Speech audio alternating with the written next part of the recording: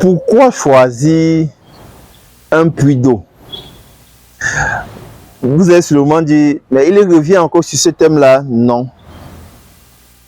Aujourd'hui, je vais partager avec toi les raisons pour lesquelles vous pouvez choisir un puits d'eau. Parce que vous n'êtes pas obligé forcément de faire un forage d'eau. Voilà, c'est aussi simple que ça. Pourquoi vous devez choisir un puits d'eau? On en parle dans cette vidéo aujourd'hui. De nombreuses raisons peuvent nous amener à être obligés de choisir la réalisation d'un puits d'eau en lieu et place d'un forage d'eau. Mais avant d'arriver dans le vif du sujet, vous savez que nous avons lancé une formation qui démarre le 21 mars 2023. Et le 21 mars 2023, c'est dans quelques jours, les amis. C'est dans quelques jours.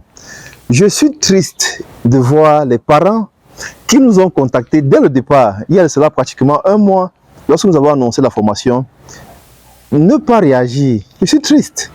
Je me pose bien la question, qu'est-ce qui ne va pas? On vous a fait part d'une vidéo, d'un vox pop que nous avons nous-mêmes enregistré. Bonjour monsieur. Bonjour. Quel est votre nom s'il vous plaît? Mon nom c'est Abdul Rachid. Abdul Rachid. Alors quel âge vous avez monsieur Abdul Rachid? J'ai 27 ans. 27 ans. Monsieur Abdul Rachid, quelle formation avez-vous reçue à l'école primaire ou secondaire? Bon, au secondaire, j'ai reçu une formation de maintenancier en automobile, donc mécanique auto quoi. Mécanique auto. Aujourd'hui, qu'est-ce que vous faites?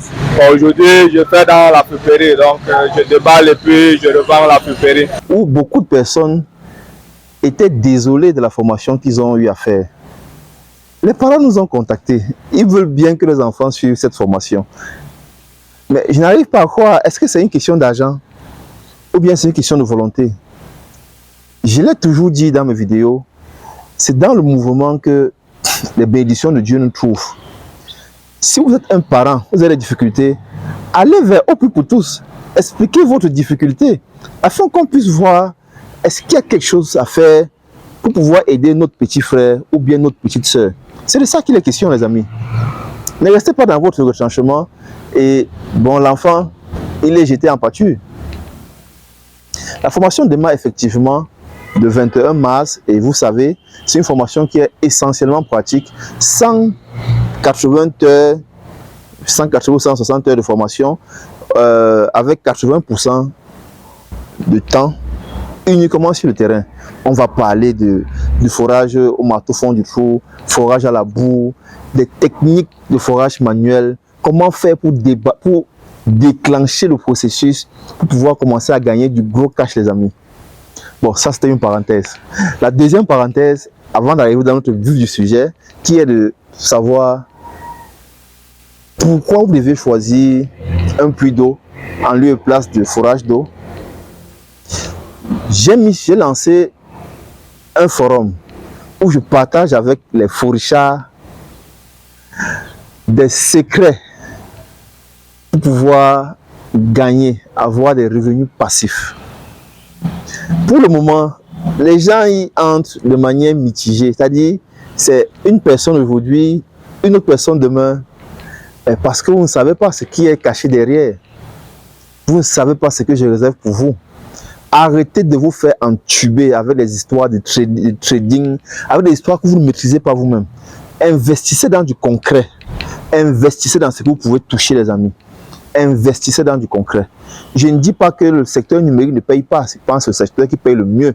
Mais dans ce secteur d'activité, il est mieux que vous soyez vous-même le propre acteur. Si tu es intéressé par les revenus passifs, clique dans le lien qui est sous la description pour intégrer le forum des riches heureux grâce au forage, le Forage Club.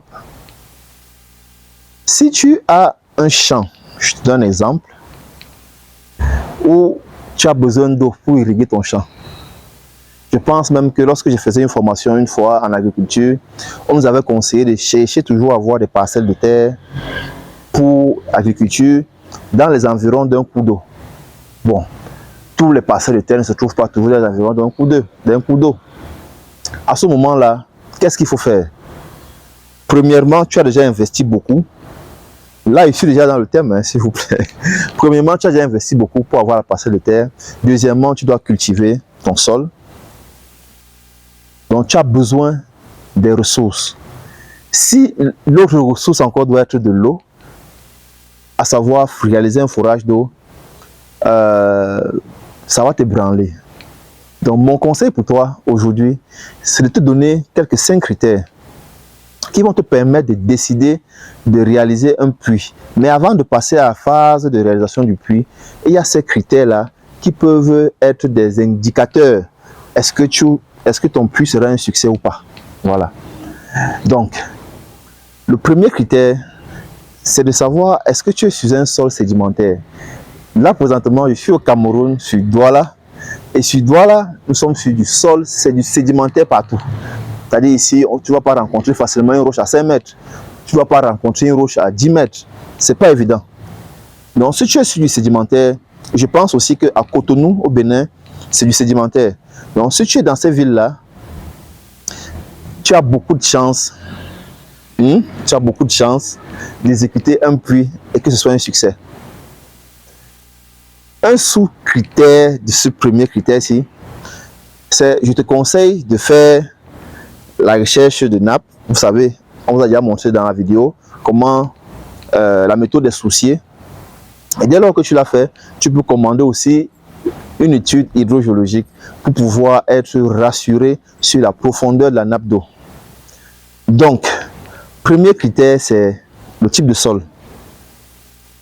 Ne pas oublier, type de sol, les amis, c'est capital de chez capital. Le deuxième critère, c'est tu n'auras pas besoin forcément d'utiliser les machines. C'est un puits, vous savez, on peut réaliser un puits avec des équipements mécaniques ou bien à la main.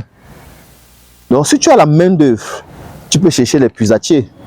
Ils vont te réaliser un puits parce que ton socle n'est pas rocheux. Donc, tu vas dépenser moins. Donc, le deuxième critère, c'est le coût. Le coût, ce sera très accessible. Pensez-y. Le troisième critère, c'est que tu as aussi la possibilité, les amis, parce que, vous savez, on peut faire un puits jusqu'à 25 mètres. Maximum de chez maximum. Parce que là, on fait déjà face au risque de puits, au risque d'éboulement, au risque d'inhaler des gaz à effet de serre. Mais 25 mètres, c'est le maximum. Disons qu'on va s'arrêter à 15 mètres. Si on a une colonne d'eau de pratiquement 3 mètres, c'est exceptionnel et c'est magnifique. 3 mètres de colonne d'eau, c'est pas exceptionnel, je voulais dire c'est magnifique.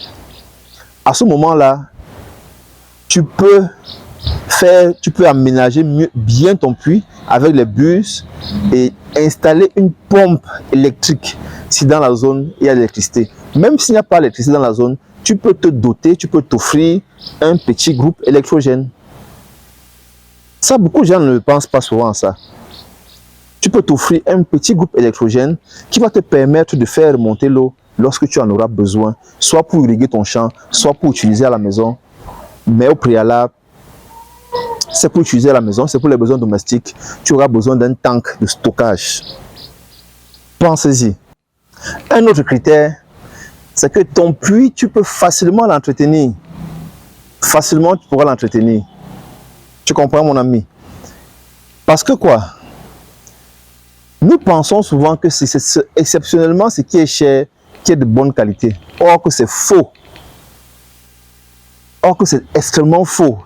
La première des choses qu'il faut noter, c'est que un puits, c'est juste de l'eau qu'on a captée à proximité du sol, contrairement au forage. Donc tu peux bien capter l'eau de ton puits et ensuite tu vas le traiter, tu vas désinfecter ton puits et tu auras une eau de bonne qualité. Mais si maintenant tu veux consommer cette eau-là, je te conseille et je te le conseille fortement de faire au préalable l'analyse physico-bactériologique et chimique. C'est extrêmement important. Bon, maintenant, pour clôturer pour boucler la boucle, le dernier critère que je dois prendre en compte, c'est il est important pour toi de faire couler ton eau de la faire couler constamment afin de pouvoir développer la nappe et pour éviter aussi que l'eau ne stagne et qu'elle ne développe des bactéries. C'est extrêmement important. Donc, voilà ce que je voulais partager avec toi aujourd'hui. C'est toujours un honneur pour moi de te produire du contenu qui va te permettre de développer ton mindset, qui va te permettre d'avoir plus de connaissances dans le métier de création de sources d'eau potable. Si tu as aimé la vidéo, mets-moi un like, partage la vidéo et abonne-toi. C'était Constantin, ça. Je te dis à la prochaine vidéo.